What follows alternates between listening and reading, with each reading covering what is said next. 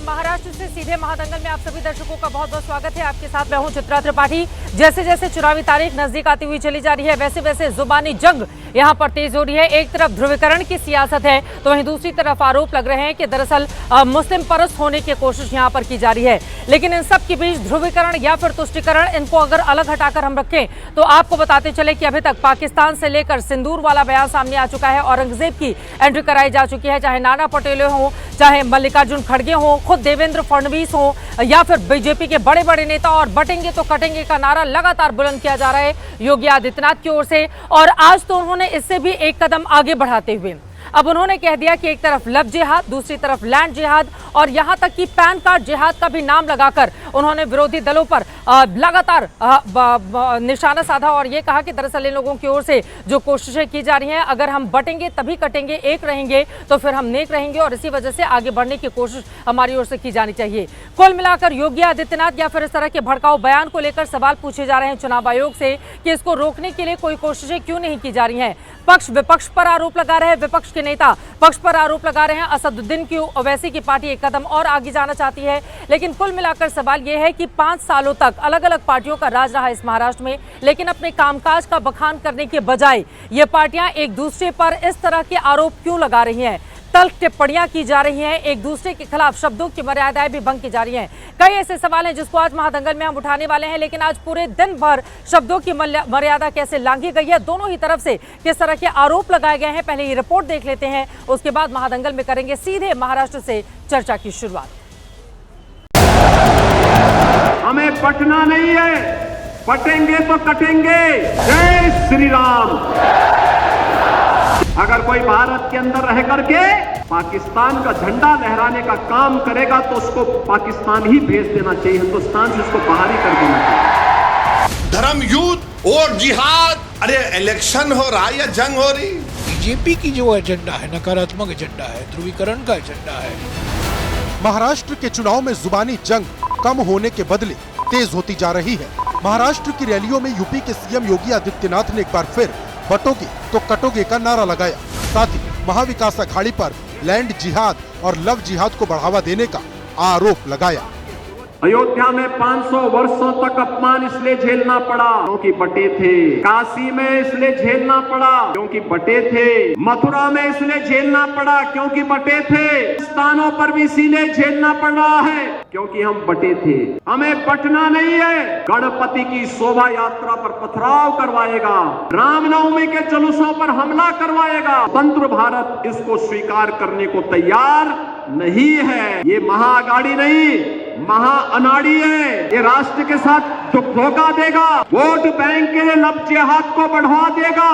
Land जिहाद की, love जिहाद की, धर्मांतरण की, पैन कार्ड जिहाद की, इन सब का समाधान भारतीय जनता पार्टी की डबल इंजन की सरकार एकमात्र समाधान है। ये डबल इंजन की सरकार बुलेट की स्पीड से विकास भी कराती है और देशद्रोही तत्वों को राम नाम सत्य है की यात्रा में भी भेजने का काम करती है। योगी आदित्यनाथ ने महाराष्ट्र की चुनावी रैलियों में कांग्रेस पर निशाना साधने में कोई कसर नहीं छोड़ी। ये काम कांग्रेस भी कर सकती थी। आपने उसे 60 से 65 वर्षों तक शासन करने का अवसर दिया। उनके एजेंडे में राम थे ही नहीं, कहते थे राम तो हुए ही नहीं। यानी सृष्टि के प्रारंभ में केवल कांग्रेस ही पैदा हुई थी और कांग्रेस ने इसलिए डिस्कवरी ऑफ इंडिया लिख दिया। हमारे अस्तित्व को नकारने का प्रयास कांग्रेस कहती है। जो कांग्रेस हमारे अस्तित्व को नकारने का प्रयास करती है, मैं आपसे कहना चाहता हूं, उस कांग्रेस का ही अस्तित्व समाप्त करने का समय आ चुका है। अगर कोई भारत के अंदर रह करके पाकिस्तान का झंडा लहराने का काम करेगा तो उसको पाकिस्तान ही भेज देना चाहिए, हिंदुस्तान से उसको बाहर ही कर देना चाहिए। भारत के दैवीय महापुरुषों के प्रति अपमानजनक टिप्पणी करोगे, किसी भी स्थिति में स्वीकार्य नहीं। मुख्यमंत्री योगी के बयानों पर विपक्ष तो पलटवार कर ही रहा है। साथ ही महायुति गठबंधन में शामिल अजित पवार भी उनके बयानों से सहमत नहीं है। अगर प्रधानमंत्री कह रहे हैं कि एक है तो सेफ है, किसको पैगाम दे रहे हैं? बटेंगे बटेंगे किसको बोल रहे हैं? आप एक पर्टिकुलर कम्युनिटी को ही टारगेट कर रहे हैं ना। ये नारा हमने नहीं दिया। स्टेट के चीफ मिनिस्टर उत्तर प्रदेश के आए थे, उन्होंने नारा दिया। अपने महाराष्ट्र में ऐसे नारे बिल्कुल नहीं चलते, शायद नॉर्थ में चलते होंगे, शायद। किस तरीके की बात करते हैं? कोई धार्मिक व्यक्ति ऐसी बात कर सकता है क्या? इन सब के बीच बीजेपी नेता सुनील देवधर महाराष्ट्र के चुनाव में बहन बेटियों के सिंदूर का मुद्दा ले आए। देवधर ने सिंदूर भरी मांग बचाने के नाम पर महायुति सरकार बनाने की मांग की। जिस मांग में आप सिंदूर भरती है, उस मांग को अगर सुरक्षित रखना है, अगर इज्जत आबरू बचानी है महिलाओं की, भारतीय जनता पार्टी के कमल के साथ खड़ा रहना चाहिए, तो हिंदू लोग सुरक्षित रहेंगे। उधर मुस्लिम धर्मगुरु मौलाना सज्जाद नुमानी ने महाराष्ट्र की 288 में से 269 सीटों पर महाविकास अघाड़ी गठबंधन को समर्थन देने का ऐलान कर दिया कि महाविकास अघाड़ी की 269 सीटों पर तायीद की जाए। महाविकास अघाड़ी के अलावा हमने चंद सीटों पर दूसरी पार्टियों के कैंडिडेट्स की भी तायीद करने का फैसला किया है। इससे पहले उलेमा बोर्ड ने समर्थन के बदले 17 मांगों की सूची महाविकास अघाड़ी के नेताओं को सौंपी थी। Bureau report, ABP news.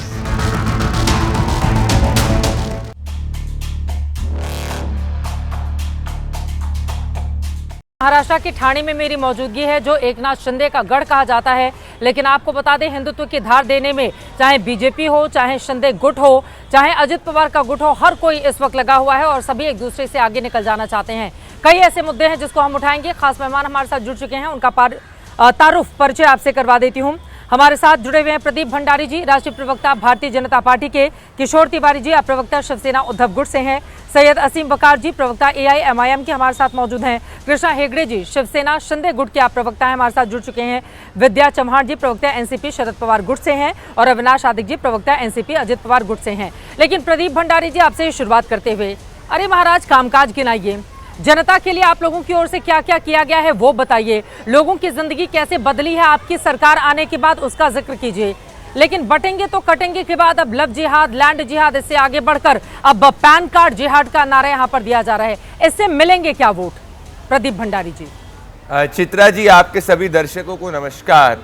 Chitra ji, हम जमीन के मुद्दे उठाते हैं और अभी इस वक्त आप थाने में हैं, और जब आप थोड़ा और महाराष्ट्र में ट्रैवल करेंगी और आप भिवंडी में जाएंगी और अलग अलग इलाकों में धूले मालेगांव सेंट्रल में आप जाएंगी, तो आप पाएंगी कि जो हम बोल रहे हैं वो मालेगांव सेंट्रल और कई महाराष्ट्र के इलाकों का मुद्दा है। हमारी 80% जो स्पीच होती है वो महाराष्ट्र के विकास के कार्यों की होती है। परसों दो दिन पहले अगर आपने प्रधानमंत्री नरेंद्र मोदी जी की स्पीच देखी होगी नासिक के अंदर, तो उन्होंने तो गिना दिया था कि हमने 50 लाख से ज्यादा उज्ज्वला महाराष्ट्र की महिलाओं को पहुंचाई, हमने आयुष्मान भारत के तहत कितने हेल्थ कार्ड बनाए। पर साथ में चित्रा जी ये भी जरूरी है कि अगर हमारा प्रमुख विपक्षी दल मुसलमानों को धर्म के आधार पर रिजर्वेशन देने की बात कर रहा है, बाबा साहेब भीमराव अंबेडकर के संविधान को खत्म करने की बात कर रहा है, दलितों के आरक्षण को छीनने की बात कर रहा है, जब हमस और तालिबान को बैक करने वाले सज्जाद नुमानी अगर हमारे विपक्ष को बैक कर रहे हैं, तो हमारा फर्ज बनता है कि संविधान की रक्षा करने के लिए, we the people of India की रक्षा करने के लिए कट्टरपंथी गठबंधन को हम एक्सपोज करें। अब आपने काम की बात करी तो मैं आपको गिना देता हूं। हमने एजुकेशन के अंदर 99,000 करोड़ रुपीस खर्च करे, जो महाराष्ट्र महाविनाश अघाड़ी से 20,000 करोड़ रुपए ज्यादा है, और हमारे शासन के अंदर ही पर कैपिटा इनकम जो है महाराष्ट्र की वो 2 गुनी हो गई है। तो हम तो काम भी गिना रहे हैं। और कोई भी स्पीच को आप देखेंगे 85% डेवलपमेंट इश्यूज पे और 15% हम महाराष्ट्र के स्वाभिमान की बात करते हैं। ठीक है, महाराष्ट्र के स्वाभिमान की तो बात करते हैं, लेकिन उसमें जब ध्रुवीकरण को बढ़ावा देने वाले नारों की गूंज ज्यादा सुनाई देनी पड़ती है तो फिर आपके कामकाज का जिक्र पीछे रह जाता है। इसी वजह से पूछा जाता है कि आप अपने काम गिनाने से बचते क्यों हैं। लेकिन किशोर तिवारी जी, देखिए बीजेपी नेताओं का जितना भी बयान इस तरह का सामने आया है, मैं लौट रही हूँ आपके पास, बाकी लोगों का बयान ले लेती हूँ। किशोर तिवारी जी, देखिए उन लोगों की ओर से अलग अलग राज्यों के या फिर देश के संदर्भ में ये बयान दिया जा रहा है। बटोगे तो कटोगे का नारा आया था बांग्लादेश में हालात को देखते हुए, दूसरे तमाम राज्यों को शायद किशोर तिवारी जी तक आवाज नहीं पहुंच पा रही है। इसके पहले सैयद असीम बकार जी, आपके पास आते हुए, अगर वो लोग बटोगे तो कटोगे की बात कर रहे हैं, अगर वो लैंड जिहाद, लव जिहाद और वोटर आई कार्ड जिहाद जिसका भी जिक्र मुख्यमंत्री की ओर से किया जा रहा है या देवेंद्र फडणवीस की ओर से किया जा रहा है, वो अपने लोगों को संबोधित कर रहे हैं, अपने वोटरों को संबोधित कर रहे हैं, वो उनको जगाने का काम कर रहे हैं, तो इससे क्या दिक्कत है असीम बकार साहब? जो सवाल बीजेपी की ओर से पूछा जा रहा है, वो कह रहे हैं तुष्टीकरण की सियासत करें आप लोग, आरोप लगाएं बीजेपी के ऊपर।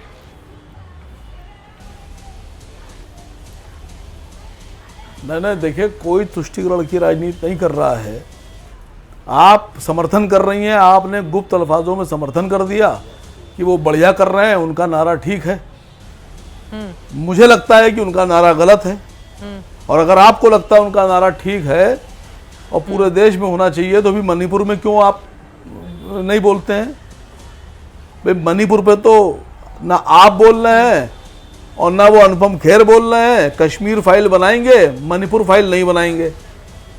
क्या मणिपुर के लोग आपके लोग नहीं हैं? मणिपुर की औरतें आपकी औरतें नहीं हैं? मणिपुर की बच्चियां आपकी बच्चियां नहीं हैं? महाराष्ट्र की बात मणिपुर में जो हुआ, आप मणिपुर कहाँ जा रहे हैं? अभी तो महाराष्ट्र की बात हो रही है। आप मणिपुर फाइल्स आप बना लीजिए सर, आप भी तो देश के नागरिक हैं, कुछ काम आपको भी तो करना चाहिए ना। अगर उधर अनुपम खेर नहीं बना रहे हैं कश्मीर फाइल्स, तो आप बना लीजिए। कश्मीर फाइल्स उन्होंने बनाई, आपने बना लीजिए मणिपुर फाइल्स। मैं आपसे सवाल पूछ रही हूँ, आपके खेमे से भी तो ऐसे ही बयान आते हैं ना, जिन बयानों को लेकर हम चर्चा कर रहे हैं, और आप कह रहे हैं कि मैंने समर्थन कर दिया। सर सवाल पूछ लो तो आप आ पता नहीं किस मूड में आते हैं कि सवाल पूछ लो तो आपको तुरंत चुप जाता है। असीम बकार जी, बना लीजिए आप मणिपुर फाइल्स, कौन मना कर? मैडम, हाँ बिल्कुल सही बात है। आपको अफसोस जाहिर करना चाहिए था मणिपुर पे, तो आपको ये कहना चाहिए कि प्रधानमंत्री जी को मणिपुर पे बोलना चाहिए था, गृह मंत्री जी को। असीम बकार साहब, मैं बहुत हैरान होती हूँ, असीम बकार के कहने पर मुझे मणिपुर के बारे में अफसोस जाहिर करने की जरूरत नहीं है। उस पर मैंने कई डिबेट शो किए हैं और मैंने लगातार सरकार से, वहां के मुख्यमंत्री से सवाल पूछे हैं। असीम बकार साहब, अगर आप डिबेट खराब करना चाहते हैं, आप यहाँ पर अनुपम खेर को लेकर आ रहे हैं। अनुपम खेर पर यह डिबेट नहीं हो रही है, महाराष्ट्र की सियासत को लेकर हो रही है। प्लीज थोड़ा सा हम गंभीरता दिखाएं। बाकी लोग महाराष्ट्र पे बात करने के लिए आए हैं, चुनाव यहाँ पर है, उसी पर रहे तो ज्यादा। मैं खुद महाराष्ट्र में हूँ, मैं यहाँ पर ग्राउंड रिपोर्ट कर रही हूँ। थोड़ा महाराष्ट्र पे बात कर लीजिए, उसके बाद आप अपने मुद्दे अनुपम खेर तक लेकर जाते रहिएगा। नहीं मैडम, मैं भी महाराष्ट्र में हूँ, बॉम्बे में मौजूद हूँ। मैं अगर विरोध कर रहा हूँ, कटोगे तो आपको बुरा लग रहा है, लेकिन अजीत पवार बोल रहे हैं कि यहाँ ऐसे नारे नहीं चलते। अजीत पवार जी ने कहा कि एक मुख्यमंत्री आए हैं नॉर्थ से, उनका नारा है ये हमारा नारा नहीं है। तो मैं अजीत पवार जी से कह रहा हूँ कि खुलकर विरोध कीजिए। अगर आप ऐसे नारों के विरोध में हैं और ऐसे लोगों के विरोध में हैं, तो आप अपने मंचों पर, जहां आप कैंडिडेट हैं, वहां आप ऐसे लोगों को क्यों बुला रहे हैं? आपको बताना पड़ेगा। और सीधी सी बात है, बटोगे कटोगे, ये कौन सी बात होती है? ये कैसी बात कर रहे हैं? ये मुख्यमंत्री हैं उत्तर प्रदेश के, संविधान की शपथ ली है, उनको तो कहना चाहिए था कि अनेकता में एकता है। गुलदस्ता एक फूल से नहीं बनता मैडम, गुलशन जो है वो एक पेड़ और एक पौधे एक फूल से नहीं बनता है। उनको तो भारत, अखंड भारत की बात करना चाहिए थी। वो तो एक भारत की, इस तरह के भारत की बात कर रहे हैं जहां एक ही फूल रहेगा। वो तो कह रहे हैं पूरे गुलशन से सारे फूल निकाल के फेंक दो। ऐसे कैसे एक पॉलिटिकल आदमी जो संविधान की शपथ ले रहा है, वो ऐसी बात कैसे कर सकता है? और जबकि धार्मिक गुरु भी हैं। उनका तो काम होना चाहिए कि वो लोगों को जोड़ने की बात करें, तोड़ने की बात ना करें। तोड़ने से हिंदुस्तान नहीं बनेगा, हिंदुस्तान बनेगा जोड़ने से। बोलिए प्रदीप भंडारी जी। मेरी बात का बुरा मान रही है मैडम, मैं तो कोई ऐसी बात करता ही नहीं चाहिए और आप लोग तोड़ने की बात कर रहे हैं। चित्रा जी, जो लोग, ठीक है सर, अब मैं जवाब ले लेती हूँ, आपका जवाब मांग लेती हूँ। चित्रा जी, भंडारी जी आप जवाब दीजिए, बाकी लोगों के पास मैं 30 सेकंड में जवाब दे देता हूँ। जो लोग याकूब मेनन को आतंकवादी नहीं कहते, जो कहते हैं कि 15 मिनट के लिए पुलिस हटा दो, हम बता देंगे कि 15 करोड़ कैसे 100 करोड़ पे भाग रही है, ये लोगों को नहीं यहाँ पे ज्ञान देना चाहिए। योगी आदित्यनाथ जी ने कहा है, बटेंगे तो कटे रहेंगे, एक रहेंगे तो नेक रहेंगे। एकता की बात तो संविधान भी करता है। आपने बात करी फेक आधार आईडी की, ये देखिए आप चित्रा जी, 23 अक्टूबर 2020 को AIMIM चीफ के ऑफिस से भिवंडी में फेक आधार कार्ड का पूरा रैकेट पकड़ा गया था। तो इन लोग को चुभ इसीलिए रहा है क्योंकि इनके सब इलीगल काम की हम बात कर रहे हैं और इनके सब इलीगल काम पे हम ताला लगा रहे हैं, इसीलिए इनको चुभ रहा है। भले वो फेक वोटर आईडी कार्ड हो गया, और झारखंड के अंदर तो ये बात हो चुकी कैसे घुसपैठी आके आदिवासियों की जमीन ले रहे हैं। हम चाहते हैं कि टिस की जो रिपोर्ट आई है मुंबई में, उसका भी हम संज्ञान लेंगे और आगे जाके सब घुसपैठियों को हटाएंगे। हमें महाराष्ट्र से झारखंड की अस्मिता प्रोटेक्ट करना है, वो उतना ही इंपॉर्टेंट है जितने डेवलपमेंटल इश्यूज है। चित्रा जी, ठीक है, असीम बकार जी, मैं आपके पास आऊंगी। क्या हमारे साथ किशोर तिवारी जुड़ चुके हैं? अगर जुड़ चुके हैं तो उनके पास आना है। विद्या चौहान जी, उसके पहले आपके पास आते हुए वो अपने कामकाज भी गिना रहे हैं, वो हिंदुओं को एकजुट होने की बात भी कर रहे हैं और वो ये भी बता रहे हैं कि जब से महायुति की सरकार अस्तित्व में आई तब से किस तरह से महाराष्ट्र का विकास कर पाने में सफलता मिली है। उस पर जवाब दीजिए विद्या चौहान जी। 2.5 साल में ठप हो गया है। जो कुछ विकास के काम शुरू हुए वो हमारे कार्यकाल में शुरू हुए, ये उनको मैं बताना चाहती हूँ। और बात रही योगी जी की, तो योगी जी जो भगवा वस्त्र पहनते हैं, तो उन्होंने तो हमारे सच्चा जो हिंदू धर्म है उसमें एक बार भगवा पहना तो इस संसार से उनका कोई ये नहीं होता है, उन्होंने संन्यास ले लेना चाहिए। लेकिन ये हिंदुत्व का ढोंग करने वाले भाजपा के जो लोग हैं, ये लोगों को बेवकूफ बनाने का काम करते हैं।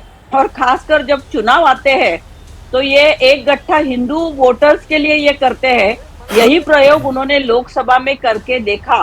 राम मंदिर का निर्माण उन्होंने, राम मंदिर पूरा नहीं हुआ था, फिर भी जल्दी जल्दी करके लिया, क्योंकि उनको मालूम था कि राम मंदिर के बाद उनको एक गट्ठा हिंदुओं के वोट मिलेंगे। लेकिन ऐसा हुआ नहीं।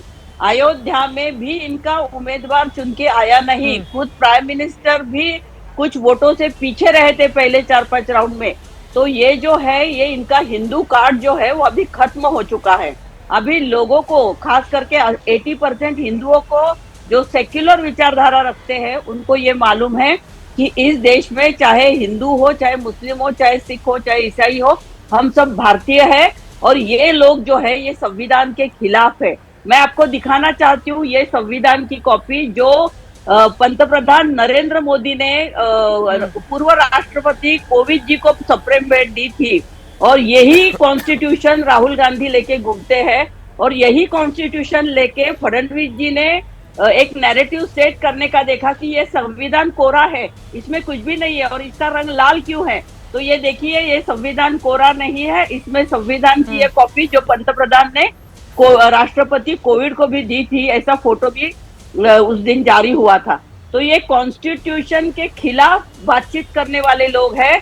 इस देश में इनको कॉन्स्टिट्यूशन नहीं चाहिए, ये मनुस्मृति फिर से लाना चाहते हैं। तो ऐसे लोगों का विरोध अगर हिंदू कर रहे हैं तो इनको ये सहन नहीं होता। इसलिए योगी जैसे लोग, अमित शाह जैसे लोग, प्राइम मिनिस्टर जैसे लोग यहाँ महाराष्ट्र में आके चुनाव के टाइम वोट इकट्ठा करना चाहते हैं। लेकिन जितने वो बार महाराष्ट्र में आएंगे उतने वोट्स इनके कम होते जाएंगे, क्योंकि पुरोगामी महाराष्ट्र छत्रपति शिवाजी महाराज। आप जिस संविधान का हवाला दे रही हैं, जिस संविधान को लेकर सवाल पूछे गए थे, उसके अंदर कोरे पन्ने थे।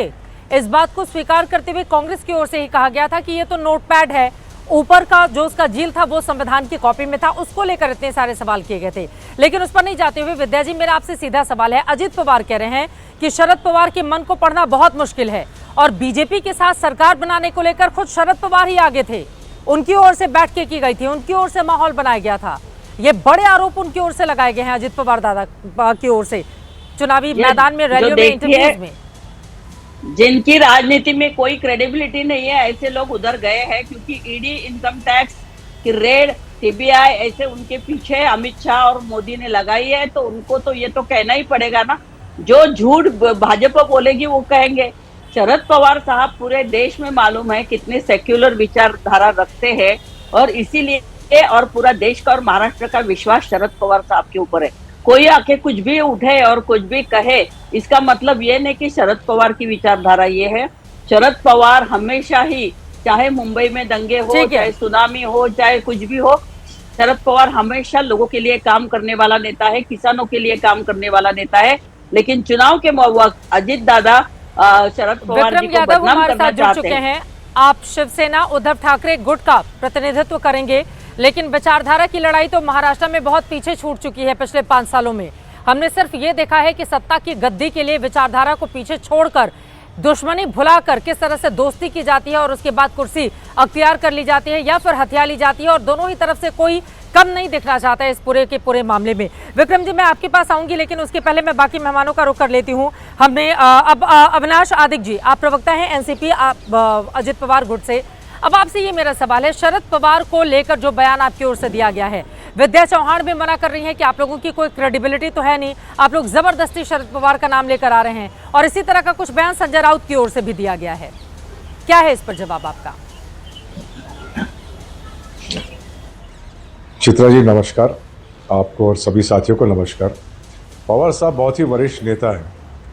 अब हम तो उनकी तस्वीर का इस्तेमाल भी नहीं करते, अभी तस्वीर भी इस्तेमाल नहीं करते, तो उनके विचारों को उसके बारे में क्या बहस करें। विद्याताई जो अभी बहुत गुस्से में कुछ बातें कह रही थी, वो भी हमारी वरिष्ठ हैं। हमने सिर्फ इतना जाना है, इतना समझा है कि अभी साहब उनकी उम्र को देखकर हमें उनकी कोई बात को काटना नहीं है। हमारे मन में उनके प्रति आदर है और वो हमेशा रहेगा। रही बात चुनाव की, रही बात इन वक्तव्यों की जिसके बारे में मैं बहस काफ़ी समय से सुन रहा हूँ, तो हमने तो इसके ऊपर हमारी पोजीशन बहुत पहले ही क्लियर कर दी। दादा ने तो कल ही इसके बारे में बयान जारी किया था कि ऐसे वक्तव्य जो है ये महाराष्ट्र में काम नहीं करेंगे और ना ही उत्तर भारत में शायद काम करेंगे। अब उसके बाद भी स्टार प्रचारक के रोल में कुछ लोग आते हैं और कहते हैं, जो कि बहुत बड़े नेता हैं, तो इसके ऊपर उनको सोचना चाहिए कि क्या बोलना चाहिए और क्या नहीं बोलना चाहिए। जहाँ तक हमारी पार्टी का सवाल है, हमारे नेता का सवाल है, हम में से किसी की मुंह से आप इस तरह के गलत वक्तव्य नहीं सुनेंगे और हम इसको गलत मानते हैं। मल्लिकार्जुन खड़गे आतंकवादी से तुलना कर रहे हैं योगी आदित्यनाथ की, उनके भगवा कपड़ों पर सवाल उठा रहे हैं। जयराम रमेश कह रहे हैं कि नहीं बिल्कुल सही बयान उनकी ओर से दिया गया है, इसमें क्या गलत है। नाना पटोले की ओर से भी बीजेपी के नेताओं के संदर्भ में कुछ इसी तरह की टिप्पणी की गई है, जिसको लेकर विवाद पैदा हो रहा है। आप कह रहे हैं कि नहीं हम लोग बड़े पाक साफ हैं। सर, दोनों ही तरफ अगर झांक के देखिएगा तो एक उंगली आप उनकी ओर उठाएंगे, 3 उंगलियां आपकी ओर इशारा करेंगी। चित्रा जी, कांग्रेस के बड़े बड़े नेताओं के आपने नाम अभी लिए। हमें याद करना चाहिए कि एक समय किसी कांग्रेस वाले ने कहा कि प्रधानमंत्री जी जो हैं वो चाय वाले हैं। उसका नतीजा ये हुआ कि 5 साल आपकी सरकार ही गई। उसके बाद किसी और बहुत ही विद्वान कांग्रेसमैन ने कहा कि प्रधानमंत्री चोर है, या वो क्या कहते हैं उसको, चौकीदार चोर है। उसका नतीजा ये हुआ कि और 5 साल आप बेदखल हुए। अब इन चुनाव में उससे कुछ सीखा नहीं है, फिर से बयानबाजी हो रही है। और ये जितने भी नेता बयानबाजी करते हैं, इनका किसी का बेस नहीं है। ये वहां पर किस लिए वरिष्ठ नेता बने हैं, ये उन्हीं को मालूम। नहीं, आप ये कह रहे हैं कि कांग्रेस पार्टी के नेताओं की ओर से बयान दिए जा रहे हैं, जिसका मैंने जिक्र किया। आप जिस महायुति का हिस्सा हैं, आप देवेंद्र फडणवीस का बयान सुने, वो पता नहीं कुत्ते की एंट्री करवा रहे हैं। कौन सी भाषा है? वो डिप्टी सीएम है अजित पवार के साथ ही साथ योगी आदित्यनाथ की भाषा को लेकर यहाँ पर कई तरह के सवाल। और जब लव जिहाद, लैंड जिहाद की बात आप लोगों की ओर से की जाएगी, तो आप ही के ऊपर सवाल पूछे जाएंगे ना कि आपकी सरकार है, वहां पर लैंड जिहाद कैसे हो रहा है, क्यों नहीं रोका जा रहा है? अगर कोई पैन कार्ड जिहाद हो रहा है तो पैन कार्ड कैसे बन जा रहा है फर्जी? सरकार क्या कर रही है इसको लेकर? आप ही लोगों के ऊपर सवाल उठेंगे। आपकी बिल्कुल सही है आपकी बात, आपकी बातों से मैं सहमत भी हूँ। इस तरह की बयानबाजी, इस तरह के वक्तव्य करके किसी को कुछ हासिल नहीं होना है और चुनाव को इस तरह से इस माहौल में नहीं लड़ना चाहिए।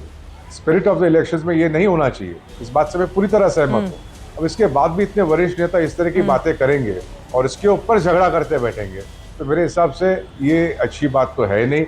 हमारी पार्टी इसमें भाग नहीं लेती, हमारा कोई नेता इस तरह का बयान नहीं देता। आपको हमने बहुत क्लियरली बताया कि इस तरह की बयानबाजी महाराष्ट्र में असर नहीं आएगी, नहीं लाएगी। अब इसके ऊपर बाकी पार्टियों को, उनके नेता को सोचना है। जहाँ तक महायुति का सवाल है, तो मुझे पूरी उम्मीद है, मुझे पता है कि जब भी वरिष्ठ नेता साथ बैठेंगे तो माननीय अजित दादा हो, प्रफुल्ल भाई हो, तटकरे साहब हो, ये जरूर इस बात को हमारे नेताओं के साथ, बाकी अलायंस पार्टनर्स के सामने रखेंगे और हो सकता है कि अगले 5-6 दिनों में हमको ऐसे कुछ। ठीक है, अब मैं कृष्णा हेगड़े जी का रुख करूंगी, ठीक है, और उसके बाद विक्रम यादव जी के पास जाऊंगी। कृष्णा हेगड़े जी, अब आपके पास आते हुए, जब इस तरह के बयान दिए जाते हैं, देखिए अजित पवार अपना किनारा कर रहे हैं विवादित बयानों से जो बीजेपी के नेताओं की ओर से दिया जा रहा है, ये कहते हुए कि दरअसल महाराष्ट्र में इस तरह की सियासत नहीं चलती है। शिंदे गुट क्या सोचता है इसको लेकर, या आप लोगों को बीजेपी के बड़े बड़े नेताओं की ओर से जो बयान ध्रुवीकरण के मद्देनजर दिए जा रहे हैं वो सूट कर रहा है? कृष्णा हेगड़े जी, देखिए हम पहले से हिंदू पार्टी है, लेकिन अगर समाज को एक साथ लेके चलना है तो अजित दादा ने कहा है। लेकिन मैं एक बात कहना चाहता हूं कि देखिए, किसने कहा है कि अगर किसी ने भगवा वस्त्र पहना है तो हिंदुओं के हित में नहीं बोल सकता, उसको ज़िंदगी त्याग करनी चाहिए, या देश के हित में नहीं बोल सकता?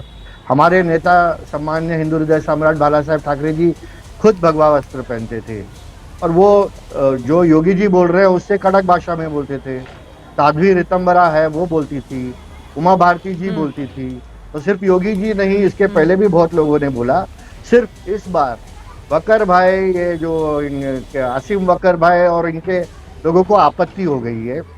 लेकिन ये प्रवचन जो आसिम भाई हमको दे रहे हैं, यही प्रवचन वो असउद्दीन ओवैसी और अकबरुद्दीन ओवैसी को देना चाहिए। क्या वो ऐसा भाषा का इस्तेमाल नहीं करते? दूसरी बार जो हमारे सम्मान्य बाला साहेब ठाकरे जी है, वो 30 साल से जो बांग्लादेशियों के खिलाफ बोल रहे हैं, जो महाराष्ट्र में और मुंबई में इलीगली बस रहे हैं। और तभी आधार कार्ड सब नहीं था। लेकिन अभी भी मैं कहता हूं कि बहुत सारे जो पीपल्स रिप्रेजेंटेटिव्स है, वो लेटर देते हैं ऐसे लोगों को, इलीगल लोगों को, कि अपने आधार कार्ड बनाए और पैन कार्ड बनाए। तो इसमें झूठ क्या बोला योगी जी ने? उन्होंने तो सही कहा और ये रिकॉर्ड पे है। तीसरी बात यह है कि अजीत दादा पवार अपने पार्टी को कैसे चलाए वो उनकी निजी मामला है, लेकिन उन्होंने नरेंद्र मोदी जी को नेता मान के चला है और हमारे सरकार में महायुति में है और महाराष्ट्र के हित के लोगों के लिए वो काम करना चाहते हैं, वो हमारे साथ है। दूसरा, विद्या जी ने कहा कि भाई ईडी के वजह से ये सब भाग गए, अजीत दादा भाग गए। पैन कार्ड जिहाद, लव जिहाद, लैंड जिहाद, लव जिहाद को थोड़ा अगर हम किनारे रख लें तो फिर लैंड जिहाद कैसे हो जा रहा है? आपकी सरकार है। दूसरी तरफ पैन कार्ड फर्जी किस तरह से बन जा रहे हैं? सरकार का इकबाल नहीं है क्या महाराष्ट्र में?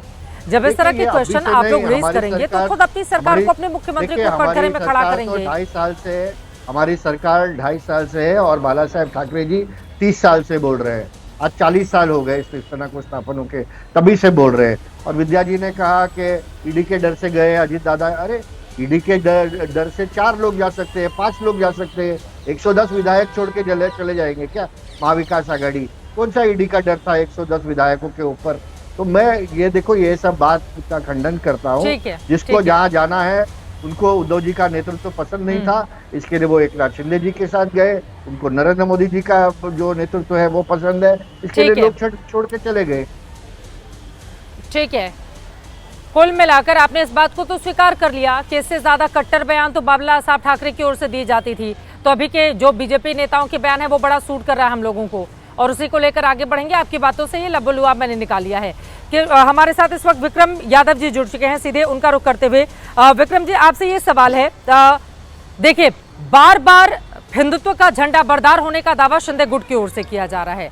आप लोग उसको पकड़े रहना चाहते हैं, लेकिन यही आरोप आप लोगों के ऊपर लग रहे हैं कि दरअसल मुस्लिम तुष्टीकरण करके आप लोग अपनी पॉलिटिक्स को आगे बढ़ाना चाहते हो। और आज जिस तरह के बयान भी सामने आए हैं उस पर क्या है आपकी प्रतिक्रिया? बाकी पैनलिस्ट को भी आपने सुन लिया है। विक्रम जी। चित्रा जी, देखिए ये लोग सरकार तोड़ के गए थे कि हम हिंदुत्व के उसके लिए जा रहे हैं, तो इन्होंने हिंदुत्व के लिए क्या किया? आप मुझे बताइए। आप हमारे ऊपर आरोप लगाते कि विचारधारा से हट गए। कौन सी हिंदू विरोधी विचार काम कर दी है हमने? आप एक भी हिंदू विरोधी काम किया हो शिवसेना ना आप बता सकते हो? और इन्होंने कौन सा जाकर के वहां पे हिंदुत्व के लिए काम कर लिया? आज भी हिंदू मारा जा रहा है, कश्मीर में टारगेट कर करके मारा जा रहा है। पहले तो कश्मीर में ही होता था, अब जम्मू में भी होने लग गया। ये रोना रोते हैं घुसपैठ का। अरे सब सरकार इनकी है, और अभी तो ये बैठे कह रहे कि भाई इनके कार्ड बना देते हैं, आईडी कार्ड बना देते हैं। सरकार इनकी है, ये अपने मुंह से बोल रही है बात तो कि सब उनके कार्ड बना देते हैं घुसपैठियों के, बांग्लादेशियों के। तो फिर ये क्या कर रहे? ये मतलब करके क्या रहे? आप ये देखिए, आरोप दूसरे पर डाल देंगे, उन्होंने कुछ किया नहीं। अब ये ऐसी चीजें लेके आते हैं बीच में ना, क्योंकि या तो ये बात करेंगे, ये बात करते हैं तो 50 साल पीछे की, या बात करेंगे तो 2047, ये कहते हैं हम 2047 में ये करेंगे, ताकि लोग अपनी बारी में प्लीज, बाकी लोग भी इंतजार कर रहे हैं अपनी बारी में। सर मैं ठाणे में बैठी हूँ, मुझे आवाज किसी की नहीं आएगी, प्लीज अपनी बारी में बोलेंगे, जल्दी से अपनी बात पूरी करें। हाँ, ये क्योंकि इन्होंने कुछ किया नहीं, वो कुछ काम किया हो तो ये बताएं। अब ये यही बात बता रहे हैं कि बटेंगे तो कटेंगे। इनसे पूछो कि कौन बटेगा? आप इनसे एक बात का मुझे जवाब दिलवा दो कि भाई कौन बटेगा, पूछे जरा, बता दो इनसे। इनको देखो, इन बाबाओं को जब मंदिर में कुछ नहीं मिला तो संसद की तरफ भागते हैं कि भाई संसद में मिलेगा कुछ भी कुछ। आप मुझे बताइए कि बटेगा कौन बटेगा? आप मुझे बताइए जरा, एक ही बता दो। आज देश के अंदर तमाम लोगों को धमकियां मिल रही है, लोगों का जीवन सुरक्षित नहीं है कि वहां पर हिंदुओं का जो हश्र हुआ है, अगर हिंदू आपस में जातियों में लड़ेगा और बटेगा तो फिर उसका उसी तरह से हश्र हो सकता है। ये बातें कहने की कोशिश की जा रही है बीजेपी के नेताओं की ओर से। विक्रम यादव। बीजेपी के नेताओं को अभी याद आया है, चुनाव के टाइम याद आया है क्या कि बटे कौन बट गए? 3 बार हिंदुओं ने सरकार बना दी इनकी, और हिंदुओं की जान लेंगे। 3 बार सरकार बनाई कि नहीं बनाई? अभी ऐसे बेचारे बन करके चैनल पे बैठ करके कहते हैं हिंदुओं के साथ ये हो रहा है, ये और अरे भाई तुम कर क्या रहे हो? और इससे ज्यादा ये किसको सुना रहे हैं भैया? किससे उम्मीद कर रहे हैं आप, मुझे बताइए जरा। हिंदू अब किससे उम्मीद करेगा? हिंदू ने 3 बार सरकार बनाई कि नहीं बनाई? आप बताइए मुझे जरा। और ये ऐसे बेचारे बन करके गिरिराज सिंह जैसे कहीं यात्रा निकाल रहे, कहीं कुछ किसको सुना रहे हैं? किससे उम्मीद कर रहे हैं? भगवान से नहीं, किससे उम्मीद कर रहे हैं आप मुझे बताओ जरा। एक बड़ा बयान सामने आया है, एक बड़ा बयान सामने आया है, उसके बाद हम डिबेट में नए सिरे से आगे बढ़ेंगे। देखिए यहाँ पर लगातार बदजुबानी का हम जिक्र कर रहे हैं, कोई किसी से पीछे नहीं देखना चाहता है। असदुद्दीन ओवैसी की पार्टी इसमें छलांग मारती हुई नजर आ रही है और फिर एक बड़ा बयान सामने आया है जिसको लेकर विवाद और ज्यादा गहराएगा। असदुद्दीन ओवैसी ने यह बयान दिया है, वो प्रधानमंत्री का नाम लेकर पूछते हैं कि बताओ आपके अब्बा ने कितने बच्चे पैदा किए, अमित शाह के अब्बा ने कितने बच्चे पैदा किए। अब कोई संघी बोलेगा ओवैसी तुम्हारे कितने बच्चे हैं, तो मेरे 6 बच्चे हैं, आपने नहीं किया तो मैं क्या करूं। ये कोई भाषा है? ये कोई भाषा है चुनावी राजनीति में अपने पद को आगे बढ़ाने की? आगे देखिए असदुद्दीन ओवैसी कहते हैं आपने नहीं किया तो मैं क्या करूं, ये मेरी गलती है। मोदी बोलते हैं मुस्लिम महिला अधिक बच्चे पैदा करती हैं, ये बिल्कुल झूठ है। पीएम मोदी देश को एक नहीं करना चाह रहे हैं, सिर्फ अपना वोट बैंक एक करना चाह रहे हैं। मोदी बोल रहे हैं सिर्फ आरएसएस की आइडियोलॉजी ही है और इस वजह से एक हो जाओ। और उसके आगे वो बोलते हैं कि वो वक्फ कानून बन जाएगा तो भिवंडी की मस्जिदें छीन ली जाएंगी, मदरसे बंद कर दिए जाएंगे। हम एक मस्जिद खो चुके हैं, इसीलिए वक्फ को बचाने के लिए हमें लड़ना है। ओवैसी बोल रहे हैं वक्फ कानून के नाम पर मुसलमानों को क्या नहीं डराया जा रहा है। तो मतलब इस तरह की बातें कही जा रही हैं। अब मैं सीधे आपके पास वारिस पठान जी, और मुझे लगता है पहले प्रदीप भंडारी इस पर रिएक्शन दे दें। प्रदीप भंडारी जी, असदुद्दीन ओवैसी का ये तुरंत का बयान है, जो बयान उनकी ओर से दिया गया मैंने बता दिया है, इस पर पहले टिप्पणी आपकी, फिर मैं जाऊंगी बाकी। ये सबके सब नेता तुष्टीकरण की पराकाष्ठा कर रहे हैं। असदुद्दीन ओवैसी हो जो अलायंस की बात कर रहे थे महाविनाश अघाड़ी के साथ में, इनको चिढ़ इसी बात की है कि आज की तारीख में बाबा साहेब अंबेडकर के संविधान के हिसाब से काम कर रहे हैं हम। इनके 80 एनजीओ जो है मुस्लिम वोट को एकजुट करने के लिए महाविनाश अघाड़ी के लिए बात कर रहे हैं। असदुद्दीन ओवैसी पीछे से बयान इसीलिए दे रहे हैं जिससे मुस्लिम वोट जो है वो इनके फ्रेंडली अलायंस पार्टनर महाविनाश अघाड़ी के साथ जा सके। फतवे जारी किए जा रहे हैं मुसलमानों को कि भाई एक तरफ वोट करो। और अब इस तरीके की गंदी टिप्पणी यही स्पष्ट करता है कि असली कम्युनल राजनीति तो ये कर रहे हैं। आपने हमसे पूछा हम क्या कर रहे हैं, हमने 4 लोगों को एटीएस ने 2 दिन एक 3 दिन पहले एटीएस ने 4 लोगों को पकड़ा फेक आधार कार्ड के अंदर। हम तो ये कह रहे हैं कि अगर इनकी सरकार आ जाएगी तो ये मुसलमानों को पुलिस की भर्ती में रिजर्वेशन करेंगे। अगर इनकी सरकार आ जाएगी तो इस तरीके के बयान दिए जाएंगे। इनकी सरकार आ जाएगी तो वक्फ जो है वो हर गरीब की जमीन को हड़प लेगा। ये हम कहने की कोशिश कर रहे हैं। फतवा जारी कौन कर रहा है? और विक्रम यादव को कहना चाहता हूं 3 बार नहीं 4थी बार भी हिंदू जो है और देश का हर नागरिक है, भले किसी भी धर्म का हो, वो प्रधानमंत्री नरेंद्र मोदी जी की सरकार 2029 के अंदर बनाएगा। और इनका स्पष्ट यहीं से है। आप सबको डॉट्स को कनेक्ट करिए। हरियाणा चुनाव के बाद शमा मोहम्मद कहती है कि सिर्फ मुसलमान ही कांग्रेस पार्टी को वोट करते हैं। असदुद्दीन ओवैसी इस तरीके का भड़काऊ बयान देते हैं जिससे मुस्लिम जो है वो एक तरीके से पोलराइज वोट हो जाए। तो आज आप समझ चुकी हैं कि डेवलपमेंट इश्यूज पे बात ही नहीं कर रहे, हम तो उन इश्यूज की बात कर रहे हैं जो ग्राउंड के इश्यूज है। चित्रा जी, असीम बकार जी जवाब दीजिए, ये कौन सी भाषा है जिसका इस्तेमाल आपके मुखिया की ओर से की जा रही है? मैंने देखिए बहुत क्लियर सी बात बताने जा रहा हूं। प्रधानमंत्री जी जो वक्फ बिल लेकर आ रहे हैं, लैंड बिल जो वक्फ का लेकर आ रहे हैं, उसमें बात को समझिए।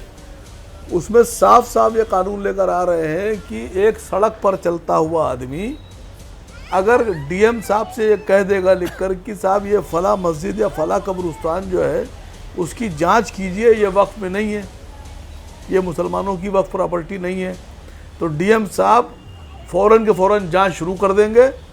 और कानून ये उसमें बनाया जा रहा है कि जब तलक के उसकी जांच चलेगी तब तलक के वो मस्जिद या कब्रिस्तान या वो लैंड वक्फ में नहीं मानी जाएगी। उस पर झूठ बोल रहे हैं चित्रा जी। इन्हें 6 महीने तक झूठ ये बोला था कि मुसलमानों की सिटीजनशिप सीए कानून के तहत चले जाएगी। मैं इनसे पूछना चाहता हूं कि कौन से मुसलमान की सिटीजनशिप सीए कानून के तहत चली गई? ये झूठ बोल रहे हैं। ड्राफ्ट बिल मैंने भी देखा है।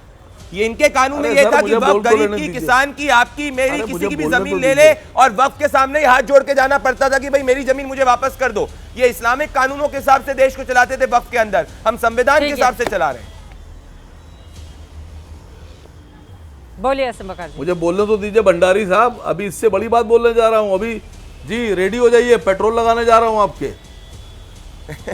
सुनिए, आप देखा कि मिश्रा जी कैसी भाषाओं का प्रयोग कर रहे हैं। पेट्रोल असली दंगाई कौन है आप देख सकते हैं आपके शो में, पेट्रोल की बात हो रही है। बोलिए तिलकमकार जी, बोलिए। एक एक करके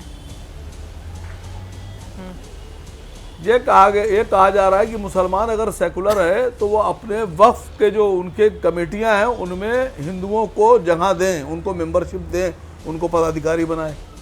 अगर हम सेकुलर हैं तो बटोगे तो कटोगे आप नारा लगा रहे हैं, एक रहोगे तो नेक रहोगे। देश में 80% दलित, आदिवासी और पिछड़े हैं। देश के सभी मंदिरों में, आश्रमों में, अखाड़ों में आप 80% असीम वकार, हम मस्जिदों पे नहीं बोलते, आपको हमारे मंदिरों पे बोलने का कोई अधिकार नहीं है। सैयद असीम वकार जी, आपको हमारे मंदिरों पर बोलने का कोई अधिकार नहीं है। आप हमारे कॉन्स्टिट्यूशन ऑफ इंडिया की है। ये देश जो है वो संविधान के हिसाब से चलेगा, कोई धार्मिक किताब के हिसाब से नहीं चलेगा। ये आप भी जानते हैं, आप भी संविधान में विश्वास रखते हैं। सुन तो लो मेरे भाई, बोले जा रहे हो बीच में, इतने बड़े काबिल आदमी नहीं हो। अभी जुमा 8 दिन पहले टीवी पर आए, एकदम से बीजेपी प्रवक्ता बन गए। तुम मुकाबला नहीं कर सकते हमारे दिमाग का, हमारे जबान का। असदुद्दीन ओवैसी को लेकर ठीक है, जब आपके पास बोलिए तथ्य नहीं है तो बोलिए। मैडम मैं बोल तो रहा हूँ, आप 80% दलितों को, सबको लेकर आ गए। अरे 80% दलितों को, पिछड़ों को, आदिवासियों को मंदिरों में पदाधिकारी और पुजारी क्यों नहीं बना रहे? आप दीजिए आरक्षण। अच्छा, एआईएमआईएम अगर वक्फ बोर्ड की संपत्तियों की जांच हो जाएगी तो क्या बुरा है?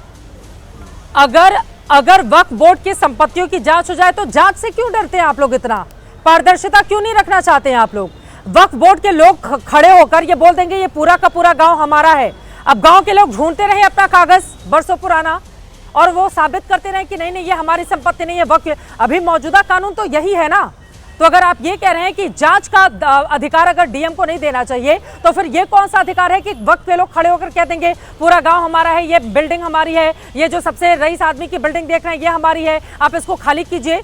अभी तो यही चल रहा है ना इस देश में वक्फ की संपत्ति को लेकर। जांच से इतना क्यों डरते हैं असीम वकार साहब? पारदर्शिता क्यों नहीं होनी चाहिए इस देश के भीतर? किसी की भी संपत्ति हो, किसी की भी संपत्ति हो, क्यों नहीं वो जांच के दायरे में आना चाहिए? वो जो जांच से किस बात का डर है? वो जो सबसे रईस आदमी की संपत्ति को आपने कहा कि वक्फ बोर्ड अपना बता रहा है, वो है। वो सबसे रईस आदमी की जो प्रॉपर्टी है वो वक्फ बोर्ड की ही है। सुन लिया आप समझिए। और वक्फ बोर्ड का जो बिल लाया जा रहा है वो देश के, अरे आपने तो बिहार का पूरा गांव कह दिया वक्फ बोर्ड ने कि हमारा है, कैसे तमिलनाडु का पूरा गांव कह दिया कि हमारा है, कल को खड़े होकर हमारे घर पे भी दावा करने लगेंगे कि हमारा है। आप समझ रहे हैं, वक्फ बोर्ड को जो असीमित अधिकार दिए गए हैं, असीमित अधिकार में कटौती अगर हो रही है और पारदर्शिता की बात की जा रही तो आप लोगों को दिक्कत है। खड़े होकर पूरे बिहार के पूरे गांव को वक्फ बोर्ड ने बता दिया है कि हमारा गांव है। उधर दक्षिण भारत के पूरे गांव को बता दिया है, वहां पर 5000 की आबादी वाला गांव है, ये पूरा गांव हमारा है, हमारी जमीन पर बसा हुआ है। जो असीमित अधिकार है किसी के भी हों, असीमित अधिकार क्या किसी को मिलना चाहिए? ये बड़ा सवाल है ना। और यहाँ पर तो जांच की बात हो रही है, ऐसा तो है नहीं कि छीन लिया जाएगा। हाँ, आप अपनी बात रखिए, आप अपनी बात रखिए। यहाँ तो जांच की बात हो रही है ना, वक्फ बोर्ड की संपत्ति की जांच भी नहीं हो, ये बहुत सही है असीम वकार जी। मैडम देखिए, मुख्यमंत्री कह रहे हैं बटोगे तो कटोगे, यानी सत्ता में नहीं रहोगे, ये सच्चाई है। हाँ। पिछड़े बढ़ गए तो सत्ता से बाहर हो गए, दलित बढ़ गए तो सत्ता से बाहर हो गए। मैं तो कह रहा हूं कि मुख्यमंत्री जो उत्तर प्रदेश के कह रहे हैं बिल्कुल सही कह रहे हैं। दलितों को इकट्ठा होना चाहिए अपने अधिकार के लिए, पिछड़ों को इकट्ठा होना चाहिए अपने अधिकारों के लिए और मुकाबला करना चाहिए। और अगर आपको लगता है कि सब हिंदू हैं तो दलितों को, पिछड़ों को मंदिरों में, आश्रमों में और अखाड़ों में 80% आरक्षण क्यों नहीं दे रहे हैं आप लोग? दीजिए आप। वक्फ बोर्ड की प्रॉपर्टी अडानी को देने की तैयारी है मैडम, लेकिन और छोड़ेंगे किसी को नहीं है। ये मंदिर की प्रॉपर्टी भी देंगे, मस्जिदों को भी देंगे, गुरुद्वारों की, चर्च की, सब प्रॉपर्टी अडानी को दे देंगे। नहीं मिलनी चाहिए, बाकी जगहों पर आरक्षण के लिए ठीक है सर। अब मैं जवाब ले लेती हूँ, बहुत देर से बाकी लोगों की बात नहीं हो पाई है। जल्दी सबकी टिप्पणी लेते हुए सबसे पहले अविनाश आदिक जी आपसे रुक करते हुए, अब आपने तो मुसलमानों को टिकट भी रखा है, बीजेपी उधर ध्रुवीकरण की सियासत करे, शिंदे गुट कह रहा है कि हमारे बाला साहब तो पहले से करते रहे, तो आप लोगों का मामला फंस गया है लग रहा है।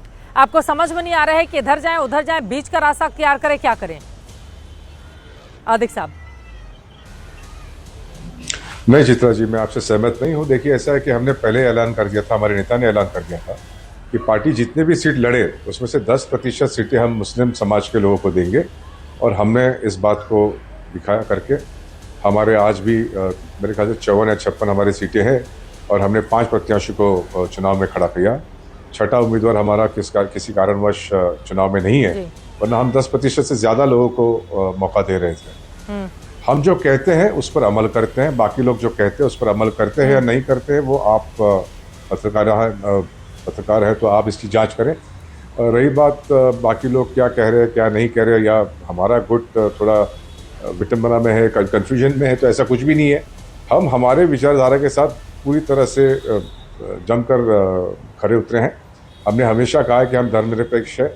हम छत्रपति शिवाजी महाराज, शाहू फुले, अंबेडकर और यशवंतराव चौहान साहब की विचारधारा से लगे हुए हैं और ये सारी बातें रखकर महायुति के अलायंस पार्टनर्स के साथ पूरी तरह से ये बातें करके ही हम सरकार में शामिल हुए और उसी पर हम अपना कार्यकाल पूरा कर रहे हैं। विक्रम यादव जी, हमारे मन में कोई विक्रम यादव जी, सवाल आप लोगों से भी है। देखिए, आप लोग अभी ठीक है वो हिंदुत्व की सियासत कर रहे हैं, तो आप लोगों के लिए भी राह तलाशना काफी ज्यादा मुश्किल हो रहा है, क्योंकि अब तक शिवसेना कट्टर हिंदुत्व के लिए जानी जाती थी, लेकिन अब आप लोगों को सेकुलर बनना पड़ रहा है।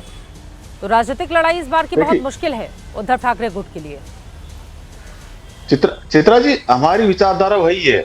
ये लोग जो अभी बात कर रहे हैं ना, देखो, ये अगर इनको इतनी तकलीफ थी तो ये 2.5 साल पहले ही चले जाते। ये बाद में क्यों आए, बाद में क्यों गए? ये लोग झूठ बोल रहे हैं, इनकी कोई विचारधारा नहीं है, सिर्फ सत्ता इनकी विचारधारा है। शिवसेना की वही विचारधारा, ये प्रोपगंडा फैला रहे हैं कि शिवसेना उससे भटक गई, ये कर गई, क्योंकि इनके पास और कुछ कहने को है ही नहीं। आप मुझे बता दीजिए, शिवसेना ने कोई भी हिंदू विरोधी काम किया हो, कोई भी एक काम बता दीजिए। ये पीडीपी के साथ सरकार बनाते हैं तो हिंदू का हिंदुत्व खत्म नहीं होता। नीतीश कुमार इनकी विचारधारा के हैं, चंद्रबाबू नायडू इनकी विचारधारा के हैं, हरियाणा में चौटाला जो के साथ सरकार बनाई उनकी विचारधारा के हैं। तो इनकी कहीं विचारधारा नहीं है, ये सिर्फ और सिर्फ सत्ता इनकी विचारधारा है। सत्ता में आना है, ऐसे नहीं तो तोड़ के लाओ, ऐसे नहीं तो कुछ और कुछ भी करना करो। और इनके जो नेता है वो खुले बोलते हैं। अभी हरियाणा में चुनाव हुआ था, इनके नेता खुले बोलते थे कि अपने ऊपर सारा प्रबंध कर रखा है, और जो है ना पब्लिक के बीच में जाकर के बोल रहे थे, ताकि लोगों को ये करें कि भाई लोगों में भरोसा जताने के लिए कि नीति सरकार बनेगी तो लोग इधर उधर ना जाए। तो ये तो सीधी मंचों से बोल रही है, खुद ही अपनी बातों को कह रहे हैं। तो आप बताइए, आप इनकी कौन सी विचारधारा है? ये हो गया यार, अभी अब मेरा टाइम है। जो असउद्दीन ओवैसी जी ने भाषा का इस्तेमाल किया है, उसके ऊपर इलेक्शन कमीशन को जांच करनी चाहिए। दूसरी बात यह है कि देखिए, जितना भी जमीन हमारे देश में है वो देश का जमीन है। और मुझे तो मैं चौंक जाता हूँ जब मैं सुनता हूँ कि वक्फ बोर्ड के पास 9 लाख एकड़ जमीन है और 1,20,000 करोड़ रुपए का जमीन है। अरे तो इसके ऊपर जांच नहीं होनी चाहिए कि अगर गांव इन लोग अपने कब्जे में ले ले तो क्या होगा फिर? दूसरी बात यह है कि देखिए, इतिहास गवाह है कि जब हिंदू राजा आपस में लड़े हैं तो ब्रिटिशर हो, अंग्रेज हो या फिर मुगल हो, उन्होंने उनके ऊपर राज किया। तो इसके लिए ये जो नारा है, बटोगे तो कटोगे, मुझे लगता है ये सही नारा है।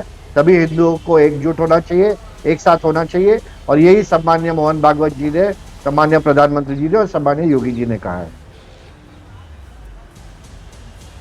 विद्या चौहान जी, क्लोजिंग कमेंट जल्दी से आपका। जी देखिए, आपने पूरा शो यहाँ बिठा के रखा है हम लोगों को। आपको सिर्फ बीजेपी को और एमआईएम को बुलाना चाहिए था। अभी मैं ये पूछती हूँ कि आपका जो सवाल था कि ओवैसी साहब ने जो बयान किया वही आरएसएस के मोहन भागवत ने और कितने लोगों ने किया है कि हिंदुओं को भी ज्यादा बच्चे पैदा करना चाहिए। ये सब जो है एक ही क्वाइन के चट्टे बट्टे हैं दोनों।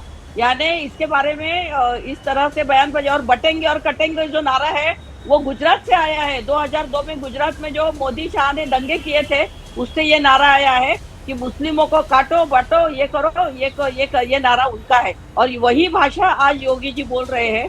तो ये राजनीति में बहुत गलत है। महाराष्ट्र में, पुरोगामी महाराष्ट्र में, छत्रपति शिवाजी महाराज के महाराष्ट्र में अजीत दादा ने सही कहा कि ये नहीं चलेगा। तो ये नहीं चलेगा, ये नहीं चलेगा। जितनी बार ये आएंगे योगी तो उनके वोट कम हो जाएंगे। और मोदी और शाह जी ने जो गुजरात में किया है वो पूरे देश में करना चाहते हैं, लेकिन ये महाराष्ट्र में नहीं। हाँ, गुजरात में जो विकास किया है वो पूरे देश में विकास हो रहा है। अरे खाली गुजरात का विकास कर रहे हैं, बाकी नहीं, देश का आपके क्या महाराष्ट्र किया? में देश का 42% विद्या चौहान जी, FDI है, आपने मैडम। जो अपनी देश बातें का कही हैं, विकास तो कांग्रेस आपने कहा इस तरह का महाराष्ट्र फॉर्मूला में वहां पर मोदी अमित शाह की ओर से अपनाया गया है। सर 1995 से एक सेकेंड 1995 से लगातार गुजरात में सबका ऑडियो डाउन कीजिए, ठीक है? आप लोगों की बात समझ में आ गई मुझे, आपकी बात महत्वपूर्ण है, लेकिन 1995 से लगातार जो गुजरात की जनता है, 6.5 करोड़ से ज्यादा जिसकी आबादी है, वो उसी बीजेपी को, वो उसी नरेंद्र मोदी को, उसी अमित शाह को लगातार चुन रही है। और अभी तो हाल ही में चुनाव भी हुए थे 2022 के नवंबर दिसंबर में, अब तक का सबसे ज्यादा बहुमत हासिल किया है बीजेपी में। आप ये कह रही हैं कि उस तरह का नारा देकर ये लोग उस तरह की कोशिश करते हैं, लेकिन जब चुनावी नतीजे आते हैं तो वो फिर जो बातें आप लोग कहते हैं उससे तालमेल क्यों नहीं करते? लेकिन महाराष्ट्र की सियासत अपनी जगह है, दूसरे राज्यों की अपनी जगह, यहाँ पर किसका सिक्का चलेगा ये देखना महत्वपूर्ण रहेगा। कुल मिलाकर एक दूसरे पर भारी पड़ने की कोशिश की जा रही है, लेकिन बदजुबानी की सभी सीमाएं लांघते हुए यहाँ पर तमाम नेता दिखाई दे रहे हैं।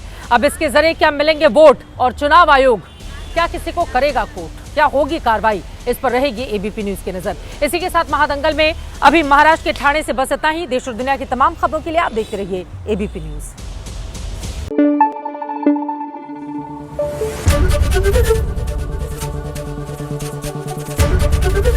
एबीपी न्यूज आपको रखे आगे।